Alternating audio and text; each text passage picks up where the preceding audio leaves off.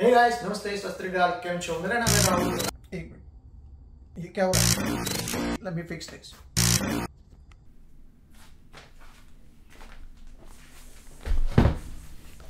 Yup, क्या हुआ? Intro कहीं सुना हुआ लगता है? Yup, you right. This intro was for my very first video of Bollywood classic cult movie जिसका नाम था जानी दुश्मन एक अनोखी कहानी। So the motive behind creating this nostalgia is कि आज हम फिर से रिविजिट करेंगे उस खतरनाक खूंखार मूवी को जो सच में दे देती है क्या है कि ये मूवी इतनी अमेजिंग है कि इस पे मैं और 10 वीडियो बना सकता हूँ। ये भगवान क्या जुल्म है। डर गए?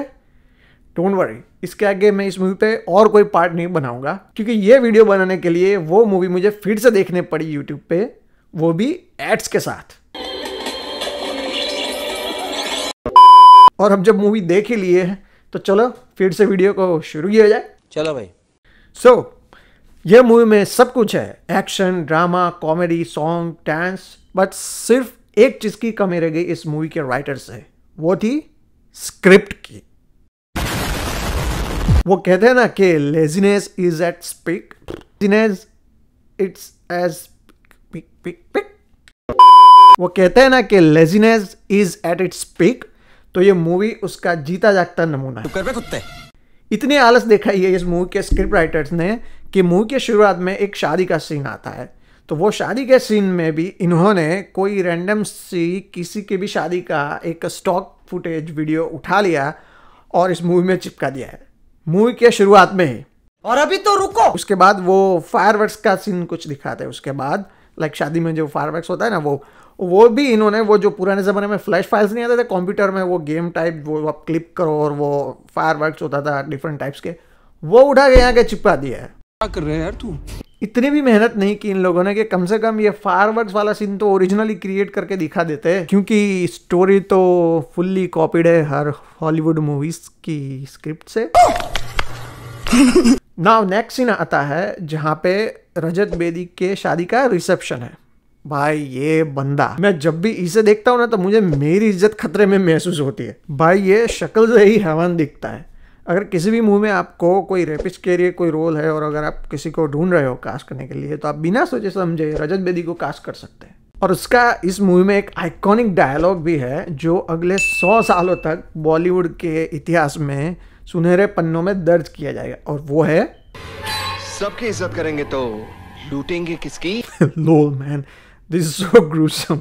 देन अब बात करते हैं इस मूवी के स्टार कास्ट की। सो बेसिकली इन्होंने क्या किया कि अरमान कोहली का कैरियर री लॉन्च करने के लिए तो उन्होंने सोचा कि सनी देओल की अभी गदर मूवी हिट हुई है तो चलो उसे ही कास्ट कर लेते हैं, उसे देखने के लिए ऑडियंस तो आएगी। और उस टाइम पे अक्षय कुमार और सुनील शेट्टी की जोड़ी भी टॉक ऑफ द टाउन थी, तो उन्हें भी कास्ट कर लिया। और उसके साथ साथ इन्होंने न्यू कमर्स को भी एक चांस दिया, जैसे कि सोनू निगम।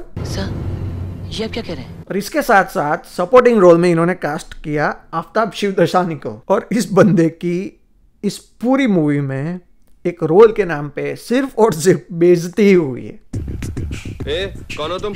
अरे कमाल है, मुझे नहीं पहचाना। मैं फटीचरों की तरह ऐसे ही खाली हाथ नहीं चलाया। मैं वो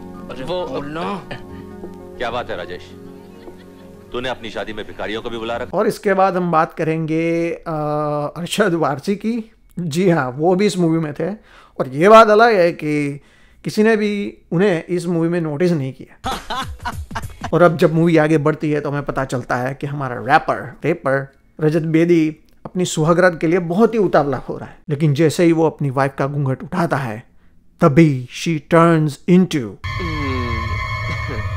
डूड, इससे डेंजरस तो वो शक्तिमान का किलविश देखता था। Once she turns into a healthy skeleton, she throws our rapper here and there. और एक सीन में literally they showed that there was a door which was about to open, but he didn't go. He stayed there to get punished.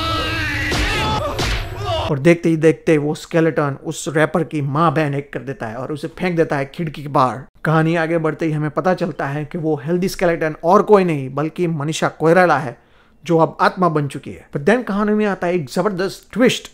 कहानी हमें ले जाती है flashback में, जहाँ पे हमारी डैड की उम्र के नौजवान कॉलेज में पढ़ाई कर रहे होते हैं।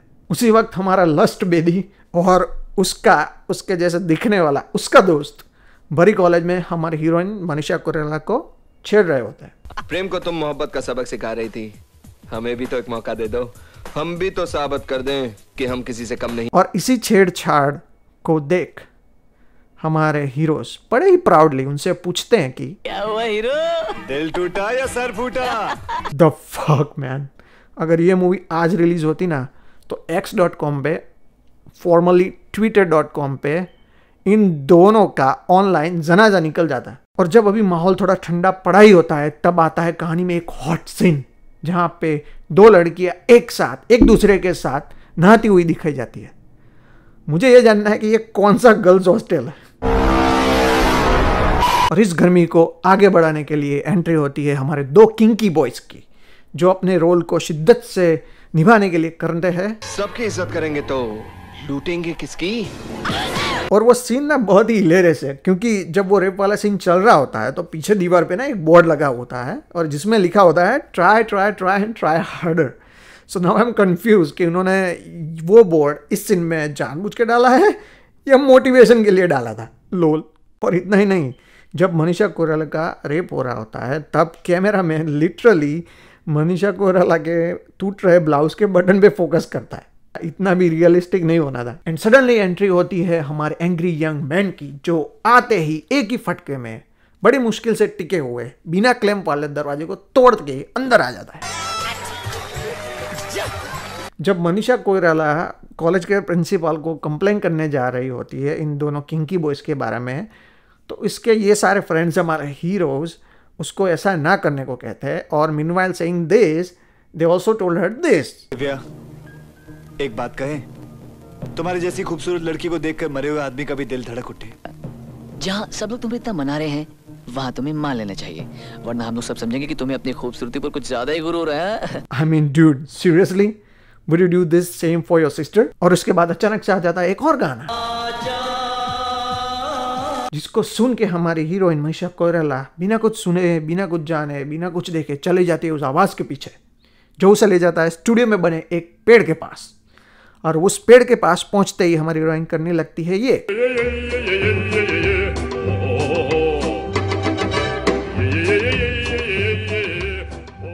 ऐसे एक्सप्रेशन और ऐसे मूव्स किसी और जगह पे और किसी और टाइम पे यूज करने होते हैं। द नेक्स्ट सीन में हमें दिखाया जाता है कि हमारी हीरोइन मनीषा कोइराला जा रही है college with having background pictures of buildings rather than the original ones। फिर मूवी में एंट्री होती है मेन कैरेक्टर की, सांप की। वो बाद में हमें बताता है कि वो है एक इच्छाधारी नाग, और वो ये भी बताता है कि हमारी हीरोइन भी थी पिछले जन्म में एक सांप, पर उसे सच्चाई बचाने के लिए वो उसे फ्लैशबैक में ले जाने को कहता है। और फ्लैशबैक में ले जाने के लिए वो उसे कहता है, मेरे नाक बनते ही मेरे माथे पे जो मणि होगी उसे उठा के अपनी जबान से छू लेना, उसके बाद तुम्हें सब कुछ याद आ जाएगा। यक, इसका तो अलग ही बीड़ी हजम चल रहा है। ये छोड़ो बेंचो, इन्होंने तो ना कॉलेज का नाम चूज करने में भी मेहनत नहीं की। फिर कहानी में आता है इंडिया का पहला हनी ट्रैप केस, जिसमें हमारे लार टपकाऊ कैरेक्टर्स हमारी हीरोइन से बदला लेने के लिए उसे आवाज बदल के बुलाते हैं एक पुराने खंडर में। और फिर वो इसी जबरदस्ती के चलते हमारी हीरोइन कर लेती है खुदकुशी। एंड देन उसकी मौत को देख हमारा इच्छाधारी नाग। वेल, आगे की स्टोरी तो वैसे भी आप लोगों को पता ही है। अगर नहीं पता है तो मेरा सबसे पहला वाला वीडियो देख लीजिए जहाँ पे मैंने इस मूवी को रोस्ट किया है। मैं उसकी लिंक डिस्क्रिप्शन में डाल देता हूँ। मिलते हैं अगले वीडियो में, तब तक के लिए गुड नाइट।